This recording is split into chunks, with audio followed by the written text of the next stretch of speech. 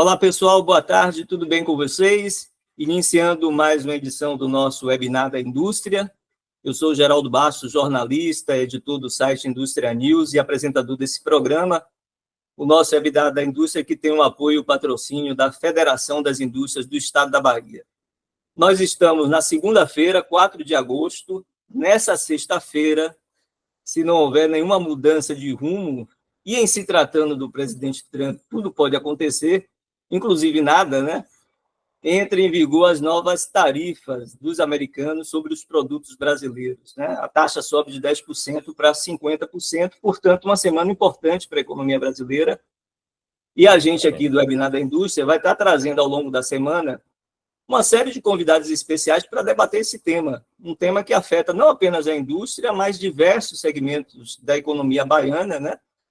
Varejo, agronegócio, enfim, quase todos os segmentos vão sofrer com esse tarifaço.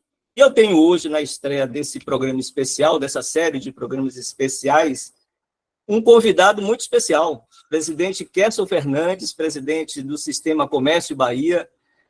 Presidente Kerson, obrigado pela sua participação aqui no programa, muito bom tê-lo aqui. E a minha primeira pergunta é o seguinte, presidente, como é que o senhor inicia essa semana? Esperança, incredulidade, está cético, acredita que o presidente Lula liga para Trump e aí consegue resolver a situação? Como é que o senhor amanheceu nessa segunda-feira? Boa tarde, Geraldo. Obrigado aí pelo convite para participar do seu programa e falar um pouquinho sobre essa problemática que o Brasil está vivendo com essa surpresa, né? Nossa, é um parceiro histórico nosso, começar a praticar essas tarifas absurdas que vêm realmente comprometer não só a parceria, né, de longos e longos anos, como também a confiança que nós sempre depositamos com esse importante parceiro que é os Estados Unidos. Infelizmente, nós estamos passando por momentos muito complicados nessa relação, mas que com esperança e, acima de tudo, com diálogo, nós achamos que vai terminar tudo em bom termo, tá? Então, eu lhe diria que nosso momento hoje, para mim, seria esperança e, ao mesmo tempo, expectativa de que, como já foram retirados um número bastante significativo de produtos nossos exportados para os Estados Unidos, que realmente o bom senso fale mais alto e que, no mínimo, ainda que esses resquícios que ainda estão aí por resolver, no mínimo agora, se prorrogue mais um pouco para que se encontre caminhos mais adequados para que realmente não prejudique nem a sociedade americana, né, que, em última instância, também vai ser prejudicada, e, principalmente, a indústria brasileira, os exportadores brasileiros, que não merecem isso, têm uma relação muito forte com os Estados Unidos, e não é um problema político que deve misturar essas coisas. Infelizmente, tem uma mistura momentânea, se confundindo aí comercial com política, e não deveria nunca estar acontecendo entre dois países que têm uma relação de amizade que tem o Brasil e os Estados Unidos. É verdade. O senhor falou na lista de produtos que saíram da supertaxa, né, americana, foram quase 700 produtos. Isso, de alguma forma, trouxe um certo alívio, né? Eu percebi isso na declaração do pessoal do governo federal, Geraldo Alckmin, enfim, eu senti o Haddad também, mostrou um certo alívio, né, por ter tirado uma série de produtos, né? Isso também abre, de alguma forma, uma sinalização de que pode haver uma reversão, né, presidente? Com certeza. Eu acho que ainda ficou alguns produtos importantes, como o nosso café, que é um produto historicamente de excelente qualidade, que o americano está acostumado a consumir, o nosso calçado, né, que também é feito com muita qualidade, voltado, muitos deles, para o mercado americano. Então, eu acredito que, em última hora mesmo, o bom senso vai falar mais alto, vai se levar em consideração o grau de amizade, de relações comerciais, até porque, é bom que se diga, essa balança sempre foi favorável aos Estados Unidos. Você vê, claramente não se justifica você aumentar de 10% para 50% uma tarifa simplesmente pelo fato de argumentar que precisa rever. Se historicamente é favorável aos Estados Unidos, eu li há pouco tempo, acompanhei uma entrevista que nos últimos 15 anos, a balança comercial é favorável aos Estados Unidos em 410 bilhões de dólares, ou seja, nada justifica uma posição dessa, a não ser realmente um erro político, né, uma informação errada que chegou ao presidente Trump, mas que, com certeza, assim como ele já reviu de outros países, nós vamos chegar a bom termo, vamos negociar. No primeiro momento, eu acho que ainda vai ter alguma resistência, mas eu rogo que haja bom senso e que essa ação se prorrogue por mais alguns dias para a gente poder realmente negociar e mostrar a ele que é um erro que ele está praticando contra um parceiro histórico, um país que eu diria um país praticamente irmão. Afinal de contas, somos todos americanos, né? Um da América do Norte, outro da América do Sul, mas somos todos americanos e temos interesses irmanados há muitos e muitos anos. Verdade. Presidente, a gente sabe que os efeitos de uma tarifa como essa, né, pega muito a indústria, né? A questão do agronegócio, eu falou do café, tem a questão da manga lá na região de Juazeiro, né? Para o comércio, se isso permanecer, o efeito qual seria? Mais indireto? Se vier desemprego? Enfim, o que é que na verdade, né? Na verdade, Geraldo, a economia globalizada não deixa de alcançar todos os setores, né? Uma hora, o comércio será, de alguma forma, afetado, porque se você tem desemprego, e isso pode gerar desemprego na indústria, automaticamente você deixa de consumir, vai afetar o comércio, né? De alguma forma, um pouco mais lá na frente, vai afetar. Em algum momento, o consumo interno pode até se beneficiar, porque, como vai aumentar a oferta, né, vai diminuir os preços para consumo, para ser colocado no mercado. Mas isso não é bom para ninguém. Né? O bom é que o país continue exportando mais, para gerar mais emprego. Nós estamos num momento histórico no nível de empregos do Brasil, né? E uma ação dessa pode reverter em muito e prejudicar. Isso não tenha dúvida que vai, de alguma forma, prejudicar toda a economia, porque quando há desemprego, há queda de consumo, e o consumo está no comércio, né? Então, não é bom para ninguém. Eu volto a insistir, a gente precisa, o presidente, o nosso vice-presidente, os nossos negociadores têm que ter habilidade suficiente e frieza o suficiente para chegar a caminhos melhores do que está exposto aí agora. Exato. O presidente Lula andou até dando uma cutucada em Trump alguns dias atrás, mas esse final de semana ele até foi bem comedido, ele disse, eu posso ir até um determinado momento, não posso tudo, né? E mostra, de certa forma, diplomacia, vontade ali de negociar, né? Isso é importante. E o governo também, de alguma forma, tem agido, né? Parece que tem medidas, vão vir medidas por aí, caso o tarifaço se confirme. Hoje a FIEB está reunida, inclusive, com o governador também, para discutir medidas para mitigar esses efeitos. Isso é importante nesse momento, esse diálogo, né, presidente? Com certeza, é muito importante. O governador está preocupado com a indústria, não convidou em nenhum momento o comércio para conversar, tá certo? E também o agro para conversarmos, ele está muito preocupado com a indústria, que realmente é o setor que será mais afetado, mas, como eu digo sempre, o comércio é responsável por 75% da geração de empregos, do PIB de geração de empregos. Então, tem que ter também um olhar para o comércio, porque, eu volto a repetir, se a indústria gera desemprego, automaticamente o consumo cai, o que vai gerar desemprego também no comércio, né? Porque se as coisas começam a virar uma roda, vai afetando todos os setores, e todos os setores vão pagar o preço. E sempre quando há queda de negócios, o desemprego vem junto. É na indústria, é no agro, é no comércio, e infelizmente é assim, tá certo?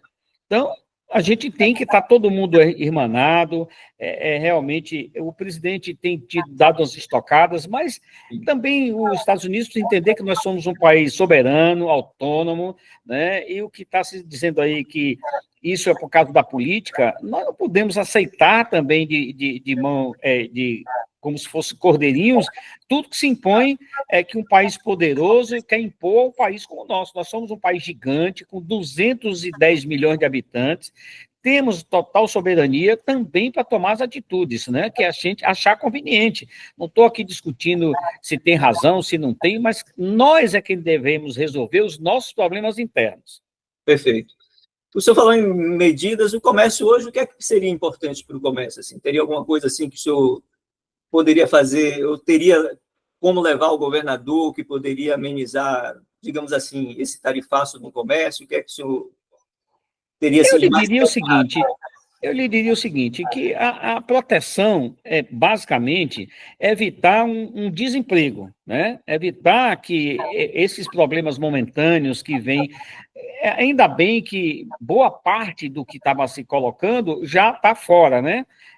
Já quase 700 produtos, como você citou no início, estão fora, isso vai minimizar muito o impacto do que estava sendo previsto, né? Nós estávamos realmente muito assustados com a possibilidade de ter um grande desemprego no país, né? De parar a economia do país, que já não cresce suficientemente, né? Nós não podemos, nós somos um país que estamos crescendo a 2, 2,5, quando faz 3 é uma festa, quando nós deveríamos estar crescendo a 7, 8%, porque precisamos tirar muita gente da pobreza. Então, nós estávamos muito preocupados. E eu acho que essas discussões que estão havendo acima de tudo, proteger o emprego, para que não haja uma corrente de desemprego em todos os setores, que vai complicar muito a economia do Brasil.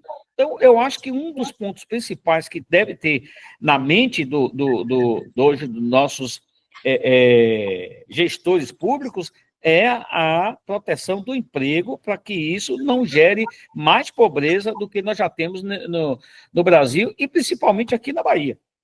Perfeito. Eu estou conversando com o presidente do Sistema Comércio Bahia, Kerson Fernandes. Presidente, mudando um pouco de assunto, mas falando ainda de questões econômicas, macroeconômicas, na semana passada o Banco Central, digamos assim, colocou um pouco o pé no freio na questão dos juros, pelo menos não aumentou a taxa básica de juros, né? Permaneceu estável em 15%, mas extremamente alta na avaliação do sistema produtivo, do setor produtivo como um todo, né? Como é que o senhor avalia? Não está na hora da autoridade monetária começar a dar uma aliviada também nisso? Com certeza. Agora, você sabe uma coisa, Geraldo? A gente precisa, infelizmente, desde que eu me entendo como gente, que o remédio do Brasil para controlar a inflação é aumento da Selic, né? Já está mais do que provado que se nós já tivéssemos feito as reformas que esse país tanto anseia, nós já teríamos outros remédios para controlar a inflação, né? Então, a gente precisa realmente ver que não dá mais para continuar, cada vez que o país tem um nível de emprego maior, que o consumo aumenta, que a gente tem que aumentar a taxa de juros, que só enriquece um setor, né? Exato. Só o setor, e a concentração de renda cada vez aumenta mais nesse país. Então, nós precisamos fazer as reformas, continuar a reforma trabalhista, que nós começamos e paramos, fazer a reforma administrativa para que a gente possa entender o tamanho que esse país precisa, que nós, brasileiros, que nós é quem pagamos tudo isso. Nós queremos, que tamanho de Estado nós queremos, para que a gente possa, então, ter uma carga tributária decente. Nós não somos um país de primeiro mundo para ter carga tributária no nível que nós temos, né? Nós precisamos realmente verificar o que precisamos para, então, pagar impostos justos e gerar emprego, gerar renda. Nós sabemos, por exemplo, que muitos setores da economia é mal remunerada, mas o empreendedor não pode pagar mais, porque ele tem uma carga tributária tão gigantesca atrás que, se ele pagar mais do que ele está fazendo, ele quebra, porque o negócio dele não rende o suficiente para ele dar mais salário. Então, fica esse círculo vicioso que a gente realmente precisa corrigir, precisa fazer uma reforma política decente, né? Tá na hora, já passou do momento, nós não podemos continuar tendo isso, e é isso.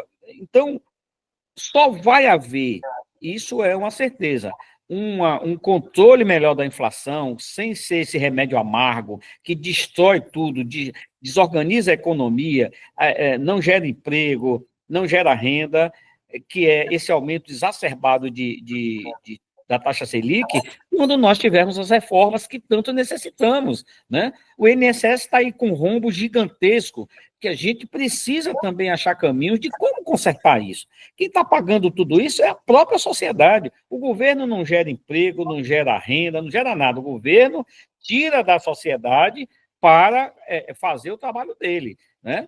Então, a gente precisa realmente clamar por isso. Já passou do momento de os governos terem responsabilidade e sentar com a sociedade, principalmente com o setor produtivo desse país, que raramente é ouvido, né? Raramente é ouvido, a começar pela Bahia, que normalmente o setor produtivo raramente é ouvido, quando vai se tomar determinadas posições, aumento de impostos, não sei o quê, precisa que realmente, para começar esse diálogo pelo setor produtivo, que é quem paga efetivamente os impostos e gera renda. Eu brinco, sabe, Geraldo, e digo que o governo não gera emprego, não. Quem Exato. gera emprego é o empreendedor que paga impostos para que o governo possa reinvestir, e que muitas vezes é muito mal reinvestido. Perfeito. Boa análise. Concordo inteiramente com o senhor, viu? A gente tem, agora entrando no segundo semestre, aí, com algumas datas no comércio importantes, né? Tem o Dia dos Pais agora, domingo, né? Depois a gente tem Dia das Crianças, Black Friday, e culmina aí com o Natal. Qual é a sua análise? O senhor mantém o otimismo, o comércio vai crescer, continuar crescendo? Está tendo bons números esse ano, né? Mostra as pesquisas aí do IBGE, emprego também crescendo no setor. O senhor mantém o otimismo independente do tarifaço ou vai esperar para fazer uma outra análise depois? Repare, eu como empresário desse país, dessa cidade, principalmente há quase 40 anos, Geraldo, eu sou um otimista de natureza. Já passamos por todos os ciclos de inflação, superinflações, né, desorganização geral, nível de desemprego na faixa de 12, 13, 14%. Então, nós somos sempre, temos esperança de que as coisas vão melhorar. E investimos nisso, tá? Então, o comércio depois sofreu muito com a pandemia, né? O setor do comércio, de serviços e eventos, sofremos muito. Vemos, aos poucos, estamos nos recuperando, e o ano de 2024 já foi um ano de boa recuperação, e 2025 tem sido também um ano muito positivo. Esperamos, agora surge mais essa história aí para todo mundo ficar com o freio de mão puxado, ou na expectativa de como vai agir, se renova estoque, se compra mais estoque, se não compra, mas eu acho que nós temos boas perspectivas de consumo, e que o comércio vai continuar gerando emprego, fazendo bons negócios, empresários podendo crescer. A nossa perspectiva é que a gente tenha, agora no Dia dos Pais, um crescimento em torno de 2%, que é um bom crescimento, considerado os outros anos, tá certo?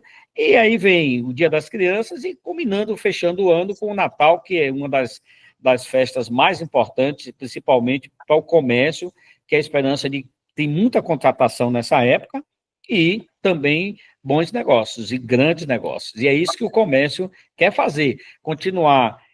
Todo empresário, Geraldo, quando abre um negócio, ele está fazendo, arriscando o seu capital, mas ele quer gerar emprego, gerar renda, quer crescer, né?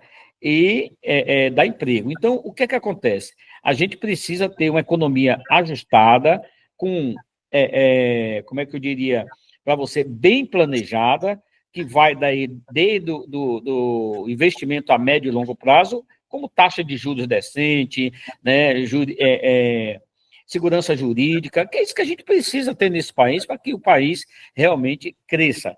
O comércio é composto quase 98% de pequenos e médios empresários, né, e é esse que tem a maior dificuldade, é que sofre mais quando a Selic está nesses níveis, Geraldo.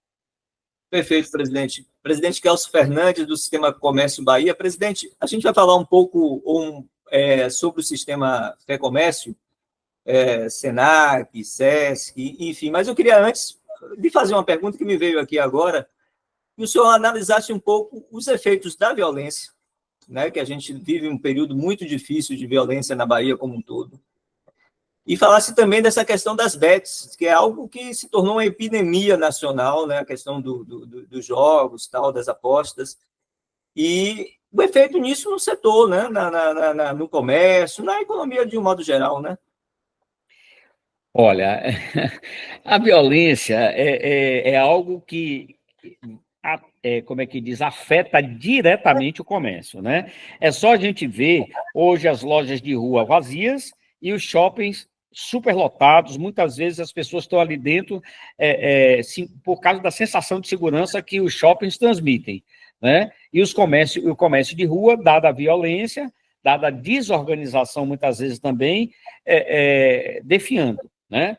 Então, a violência impacta diretamente dentro disso. Agora, é bom que a gente frise, a violência não é um fenômeno só da Bahia, né? Nós, infelizmente, estamos na lista de algumas cidades das mais violentas do Brasil, mas isso é um fenômeno que acontece no Brasil inteiro. Não tem lugar hoje que não tenha violência, né? Agora, claro que isso, como eu falei no início, impacta diretamente nos negócios, porque as pessoas se sentem seguras, os restaurantes de rua já não têm mais a mesma movimentação, porque você sai um pouco mais tarde e está sujeito, o restaurante não tem um estacionamento que você possa chegar com segurança, então isso tudo é complicadíssimo, né? O fenômeno Betis, que hoje, como é que eu diria para você, talvez, não sei se um problema nacional, tá? O governo tentou aí, depois de muitos escândalos, tentou organizar, mas permitiu essa proliferação, né, das casas de apostas online e que precisa realmente ter um olhar de fiscalização. Eles também não têm culpa, qualquer empreendedor vai pôr lá seu negócio, se ele não tem uma fiscalização, se permitem de qualquer jeito, ele vai entrar e vai fazer negócio, né? Então, o que precisa é ter um regramento, né? E é uma realidade que está aí. Eles são, hoje, patrocinadores de grandes clubes do Brasil. Precisa ter regramento adequado, fiscalizações adequadas, porque tudo que envolve jogo vira vício, né? As pessoas se prejudicam, muitas pessoas adoecem com isso. Então, o que precisa é isso, ter regramento claro. Eu não sou contra jogo, joga quem quer, vai lá fazer seu jogo quem quer, entendeu? Eu não me atraio com isso, mas eu acho que o que precisa é o governo ter a sua responsabilidade e realmente fiscalizar isso de forma dura, porque você vê, nos Estados Unidos tem inúmeros cassinos que nós não temos no Brasil, lá oficializado, mas funciona com fiscalização, com tudo. Achar que você pode ter bets no Brasil, mas não pode ter cassino, é um contrassenso, né? Então, ou você não pode ter jogo nenhum, ou você tem jogo. Até porque também nós temos uma gama infinita de loterias bancada pelo governo, que é a Caixa Econômica. Então, é um contrassenso que existe dentro disso. Mas eu acho que o que falta, principalmente, é regramento e fiscalização adequada. Perfeito. Presidente, na semana passada, o governo fez uma divulgação importante, que foi a questão do Brasil, depois de alguns anos, sair do mapa da fome, né? Inclusive foi a ONU que colocou isso, né? E aqui eu me lembrei de um programa importante que vocês fazem aqui na Bahia, que se eu não estou enganado, é o Mesa Brasil, é isso? Sesc Mesa Brasil. Isso. Me fale um pouco sobre esse programa, como é que a população pode ajudar, como contribuir, enfim, porque é uma coisa social extremamente relevante, né? Geraldo, esse é o maior programa. Aliás, o Sistema Comércio do Brasil tem dois braços sociais, um é o Senac, né, que é para formar a mão de obra, capacitação na área de comércio, serviços e turismo, e o outro é o SESC, que é para atendimento, basicamente, aos comerciários de baixa renda. Lá nós temos 5 programas: educação, saúde, cultura, lazer e assistência. Dentro do programa assistência, nós temos o Mesa Brasil, o Sesc Mesa Brasil, que é um setor onde nós, com equipamentos próprios, porque, diga-se de passagem, Geraldo, o nosso sistema não tem um centavo público. Nosso sistema é totalmente bancado pelo empresário do comércio de bens, serviços e turismo.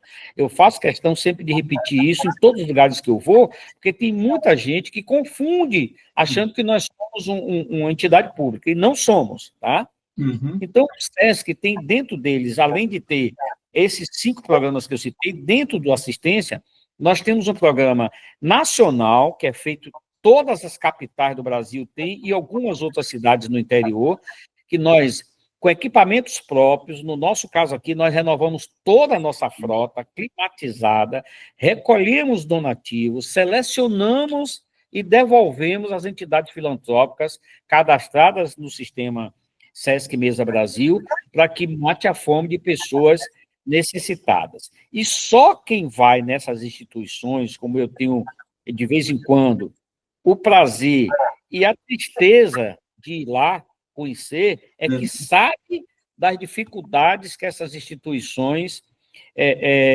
têm com alimentação e manutenção daquelas casas que atendem de velhinhos a doentes, a jovens, a pessoas de todos os naipes que tem na Bahia e no Brasil. Então, só nós sabemos, esse Sesc Mesa Brasil é um motivo de orgulho nacional e orgulho do sistema comércio do Brasil, porque ninguém, nem o governo, faz o que nós fazemos diuturnamente, 365 dias por ano, recolhendo donativos e selecionando tudo de primeira. Não há aquela coisa de, eu recolho aqui e entrego lá, não. Nós selecionamos tudo, Geraldo, e entregamos de forma que as pessoas possam preparar alimentos adequados às pessoas de forma decente. O mesmo alimento que eu dou é o mesmo alimento que eu consumiria na minha casa, tá certo?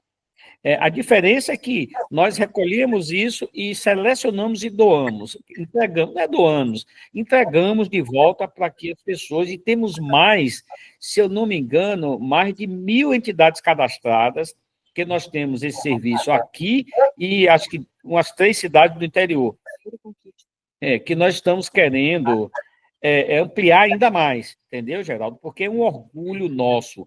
Nós somos, eu hoje chego ao extremo de dizer assim, nós somos a entidade, o sistema social, talvez o maior sistema social do mundo, porque nós temos hoje, voltado para esse trabalho, quase 80.000 colaboradores espalhados pelo Brasil.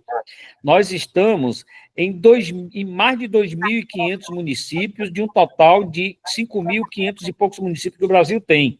Ou seja, você vê a presença desse sistema e o orgulho que nos dá de estarmos hoje presidindo esse sistema, porque ele é grande demais e presta serviços inestimáveis a essa população, principalmente a população carente, de um modo geral. Só para concluir, o SENAC, de tudo que arrecada, geral, tudo que arrecada, devolve 67% em gratuidade. O SESC, 33% de tudo que arrecada é devolvido em gratuidade. Então, você vê a importância e o gigantismo que é esse sistema. Perfeito. Muito bacana essa análise. Presidente, já estamos terminando o nosso programa. Daria aqui para a gente falar a tarde toda, vários programas para falar do SESC, do SENAC, porque o trabalho é brilhante, é fantástico. Eu sou apaixonado pelo sistema, exato, viu? Posso lhe garantir isso. E quando coloca o SESI no meio, enfim, o SENAI se matéria, o negócio fabuloso. Sistema S no Brasil teria que ser olhado, sabe, Geraldo, com muito carinho. Aí envolve SESI, SENAI, SENAR, todos esses, o SENARTE, porque fazem um trabalho de apoio à sociedade que nenhuma outra instituição consegue fazer. Verdade. Para concluir, presidente, eu queria que o senhor fizesse aí um pequeno balanço do que o sistema aí está fazendo de reforma, de ampliação de serviço. Eu sei que o SESC ali de Piatã, né, que presta um serviço também fabuloso, está sendo reformado, ampliado. Dá uma geral do que está sendo feito para a gente sobre os investimentos que estão sendo realizados nesse momento. Geraldo, quando eu assumi o sistema, eu já tinha na minha visão que nós precisávamos reposicionar esse sistema, né? nós somos um sistema forte, temos, como eu lhe disse, mais de 75% do PIB da Bahia, mas precisávamos tomar algumas deliberações para fortalecer e se aproximar efetivamente do empresário do comércio de bens, serviços e turismo. Então, começamos a fazer vários eventos, a FEComércio, que é a cabeça do sistema, começou a fazer alguns projetos. Hoje nós temos muita coisa ofertando ao empresário, a começar do nosso Clube FEComércio, que é um instrumento que nós estamos colocando à disposição do empresário vários produtos e serviços ali para que ele acesse e possa melhorar e tirar alguma vantagem disso, para que ele possa crescer, ter acesso a novas tecnologias e por aí vai. O Sesc Piatã, nós estamos reconstruindo o Sesc Piatã.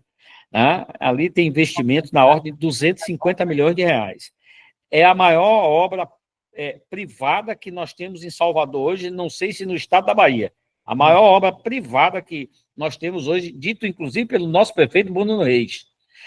E estamos investindo em Vitória da Conquista, em Itabuna, em Jiquié, em Ilhéus, em Ribeira do Pombal, Feira de Santana, Camaçari. Estamos adquirindo imóveis, já adquirimos imóveis para que a gente possa ampliar o sistema, abrindo os braços para o interior, tá? Vamos construir, ainda não conseguimos lançar o edital, porque, infelizmente, a burocracia, principalmente da SEDU, emperra que a gente quer investir na cidade e os tecnocratas de determinados órgãos impedem de a gente fazer com mais velocidade. Temos um projeto aqui para Avenida Antônio Carlos Magalhães, na ordem de 75 milhões de reais, para construir a escola Senac, a Escola Técnica Criativa Senac, que é um projeto maravilhoso que nós temos ali, que vai da gastronomia à beleza e inovação. Um prédio de 7 andares que nós vamos construir ali do lado da Jeep, ali onde tem a Jeep.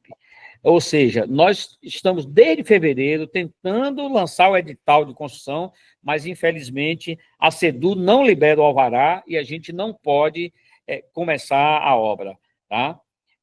Já, inclusive, pedimos audiência ao prefeito para ver se a gente consegue resolver. Infelizmente, até o momento, eu não tive resposta e estamos aí tentando ver como é que a gente faz. Fora disso, amigo, nós temos projetos aí para muito tempo e posso lhe garantir que voltados especificamente para atender os empresários do comércio de bens, serviços e turismo, seus colaboradores e os familiares dos seus colaboradores. Esse é o trabalho do nosso sistema, que também, em parceria, muitas vezes, com o nosso Carlos Henrique, por exemplo, que é um parceiro, né, a gente possa juntar forças e procurar fazer ainda mais do que normalmente os dois sistemas já fazem. Presidente Kelso Fernandes, presidente do Sistema Comércio, obrigado, presidente. Bom papo, o senhor sempre muito gentil e muito bem articulado.